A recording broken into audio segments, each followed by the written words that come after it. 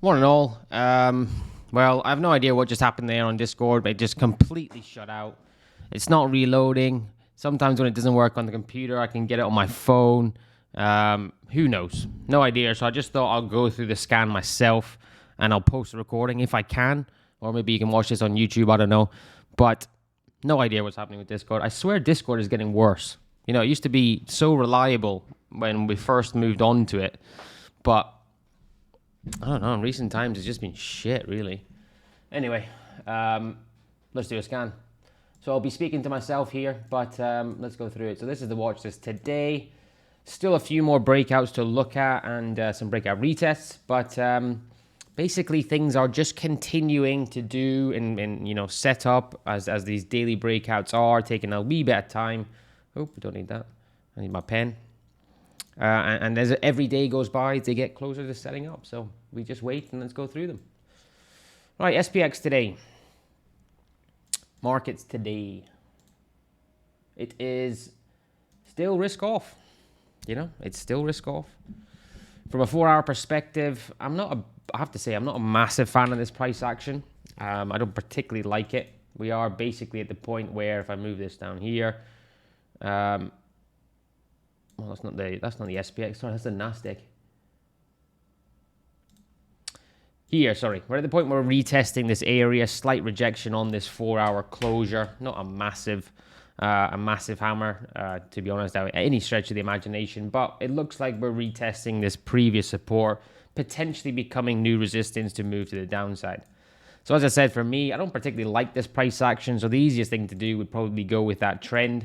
Could this corrective be over from a 4-hour, from a 1 hour, from a 30-minute, from a smaller time perspective? You've got to say yes on a breakout retest. From a daily perspective, it still could. You know, remember the daily is more powerful. It may just need that kind of pullback that we've seen time and time again, a deeper one in here. You know, even though the 4-hour could be okay and move down now, yes, that can happen. I think, well, firstly, you'd wait for confirmation, right? So I'd rather wait for confirmation, or certainly if you're getting a large bearish candle here, you may be a bit more positive, going a bit more fluid risk off and possibly looking at that US dollar. But I still do think that maybe we're still in line for possibly a little bit more corrective before another leg to the downside. So still in pullback mode for me, yes, hourly, just watching on those small time frames, and for a real reason to say, okay, we could be moving down and continuing in that downtrend. For the indexes, dollar as well, dollar's not doing much, right? The dollar's not doing much. We could be, again, this is still on the cards for here. So we're essentially looking for a break above there, for me, in the dollar. I know we have a slight weekly extension here. I know the daily is not pretty. Again, not a lot of things are really pretty in the markets right now, which I think is probably why I'm not getting many setups and why I'm perfectly happy not taking the trade right now. You have got that doji, that battle bar on the weekly with the dollar, battle between buyers and sellers of where we're going to go, and we'll have to see who takes control. But 4-hour daily, I mean, fundamentally, I know I should be trading what I see and not what I think. But from a 4-hour, this is nice. From a daily, it's okay, it's not pretty, but it's nice. From a weekly, you could say slight extension. So again, another one I'm going to wait and let the market decide for me if it wants to go up or down. Okay, watch this today. Aussie yen. I put Aussie on the list. AJ on the list. Anthony Joshua. You know, I did consider this level here for a breakout. I just don't believe I've got a higher time frame confidence. I know it's going with the trend, but I don't like this daily fall here. You know, that's my only issue with Aussie yen. If we had a nicer pullback, I would probably like it a little bit better. Not saying that I don't think it can go up. We know the yen's been weak, and I think it does go up. But I would be worried that this, you know, is potentially losing momentum and you know, has a complex corrective. But essentially, I don't like this to go long right now, from my mind or from my eyes. But there's no saying that this is quite nice. Again, from a 4-hour perspective, nice trend to the upside, pullback, head and shoulders potentially signaling your end of corrective, squeeze into this area. It is nice, and I do like the context. I do, but Can't see myself taking that 4-hour break. However, on the Aussie yen 30 minute, you know, if we talk about higher time frames, we're supposed to use 2 time frames above, right? So if we look at a 30 minute one, you know, 30 minute, that would be me forcing it, I think. And I'm talking myself in and I'm talking myself out right now because of this daily. That's the only thing I don't like. And as I said, I usually do pride myself on my higher time frame confidence and patience in taking a trade. I just have that gut feeling that this moves to the upside. You know, and context is good. You know, we're seeing that pressure, that increasing pressure into the area. The difference between this and Euro Yen, for example, was obviously Euro Yen, you had that market structure where we would consider that long trade, even though it looked as if, you know, Euro Yen was very similar to this, where it could move to the downside instead of this loss of momentum ABC as we've got. But again, don't like that. You know, what we worry about is this. So we've had it before, very similar, right? But we could need, again, a little bit more of a harder, not that we've had this good of a move to the upside, but we could have that complex corrective. So I think I'm happy. I'm happier watching this and not being in it. Seeing what it does, again, add to the experiences in there and seeing what it does, Aussie yen. But I do like Bitcoin. I do like Bitcoin longs. Confluence is on that bullish 180. Volume signature, a bit more volume coming in. Remember, this will be a pullback trade, considering it a pullback trade. But this is nice. Context is good. 200 crossing over this potential 200. You know, we've probably just got your 30% there digestion for a breakout. Again, you've got your slight head and shoulders within this breakout as well, which is good. Breakout retest, possibly around that 200, around that 20. Make some money potentially on that pullback in Bitcoin. So, yes, it's counter trend, but we do have some validity there with the daily. Slight validity here with our 4-hour and a break of structure here, V reversal. So we've kind of got something there that I like for a counter trend trade, but it needs to break, it needs to retest to see what happens on Bitcoin. These are the ones that we've been watching for a while. I'm not going to go massively into them. The USD ZAR still got a little bit before a potential break. I was looking at this as well on the 4 hours. You can see here. I was contemplating, you know, where's the level I'm going to take, because it is quite messy, right? And I think for me, that's obviously where the market's respecting. But there's something about this that I don't really like from a 4-hour breakout. Unless, you know, I probably have to, for me, consider this RV. So it needs something like this. I do like to see some candle closures as well, rather than just these wicks the whole time. But I think that would make it a little bit better from this obvious, very nice move to the upside. So USD ZAR, the aggressive is still on. We could be possibly getting B here to come down for C, in which case looking very aggressive there. If not, we come back up, we look for accumulation, 20 catch up for a break of this larger structure on USD ZAR. So I still like it, but a wee bit to go. Similar with USD Singapore, this is still setting up nicely for an aggressive long, but not quite ready yet. Again, if we think about a simplistic view of the aggressive is really, we're looking at a pullback from this area, right?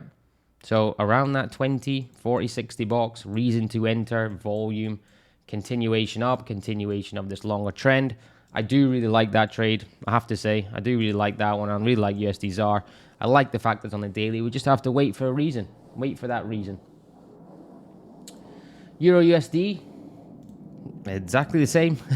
Within this corrective phase now on EU, same thing. Looking for that reason to go short. Very simple. Not got it yet. Waiting, maybe it needs to come up to around that 20. That would be ideal for me. But ultimately looking at this for a breakout on EU, continuation dollar strength, continuation in that trend, EU. GJ still setting up. I'm not going to go massively into this one. This has got more time than others. You can see what we're looking at. Cup with handle moving up to that area. Not going to go into that. Pound New Zealand is probably the closest on the basket in terms of an aggressive entry. You know, we are looking at, I'm basically looking for a reason to enter where it is roughly around now. So if I zoom into this so you can see it a little bit better.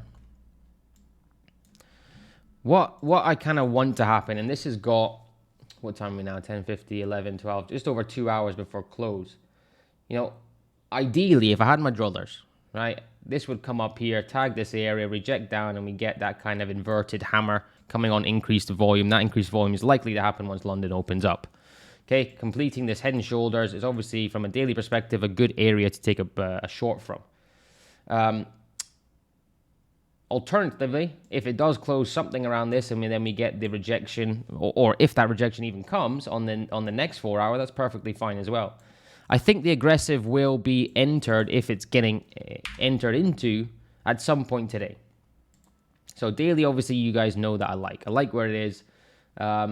It fits the way that I look at markets, and that creation of the the right shoulder within this head and shoulders, V reversal, etc. Rejection of 200, rejection of that 20. So that's all I'm looking for today. And again, the one that is I mean, really my only chart that I'll be looking at today is pound New Zealand. So I like it. Aussie dollar, I can't remember this one. Aussie dollar, same on the daily. Bit to go. I'm not going to go into that one. Kiwi yen, yeah, not making sense. Should I be buying the Kiwi against the yen? Probably not. But I'm just going with these technicals now rather than my risk sentiment, because I really like this, and I'm going with what I see. Again, this has got to get up there. Not quite enough for an aggressive entry in here unless we get an ABC, which then means I can. But got another little while before Kiwi yen potentially sets up. And finally, Aussie yen.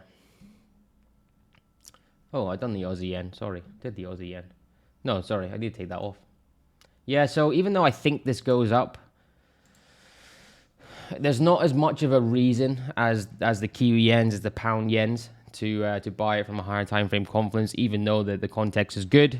Guys know how much I am big on that. We can look at this for coming up here as well. If it does break out retest, it's something that I can watch. There's no harm in watching it. I'd have to be very happy in something maybe in terms of daily, if we do get a break above, see what a chart looks like when it gets there. But let's see. There was another one, again, USD yen, USD CAD I'm looking at as well. I didn't put that on the list because it's got a wee bit to go. It's just that creation of that V reversal here. So I've created it, but it's been a very good move to the upside. This is going to take a while to digest. That's why I've not put it on the list yet. But I will be looking at an aggressive somewhere in here to go long, and obviously a breakout, but still got some time. The other one was USD yen. So this is an interesting one. I like it. Very similar to Aussie yen. Context I like. The reason why I didn't put it on the list was purely because of this weekly. And you might say, well, Ryan, it's had its pullback. We're continuing up. Yen's weak, dollar's strong. Why don't you like it? And do you know what? It's a valid argument. I think we kind of retested this area that we broke out from. Good move, pullback, continuation. So from that sense, it is nice. From a 4 hour perspective, we've got our V reversal. We still need more. If we're doing the V reversal, we're not pulling back, we're essentially accumulating. We need to digest this impulse, and it's not done that yet.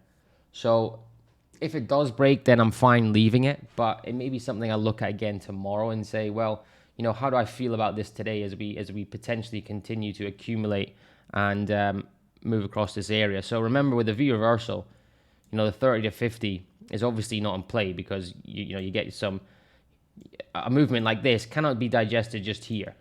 And this is where experience or price action and just, also the use of the 20 is great for this, because we're looking at that 20 period catch up, obviously, for a breakout. But if we get accumulation in terms of that kind of range, then it looks a little bit better. So remember, the 30-50 is mainly for that cut with handle. We're looking at this to be 30 per 50 of the basing structure there. So yeah, pound New Zealand is my pick of the bunch today, or certainly the one that's closest to potentially setting up. Still very much like that. Still really like that. Again, look at the weekly here. We look at the weekly. You can see your V reversal coming back. We can, if I zoom in here. Look at this. Right, we're getting rejections. We've got the 200 above. We've got the 20 above. Rejection of the 200. Again, coming from this latest impulse, evening star rejection, it just looks like this wants to fall. And I want to be a part of it if it does, because it can fall quite well. So GJ, looking for a reason to enter short. That is my pick of the day. Right, guys. Well, I can't ask any questions because none of you are here, because Discord is being a nightmare. So I'll see you all tomorrow. And remember to trade safe. This is weird. Like I'm speaking to nobody. But see you tomorrow.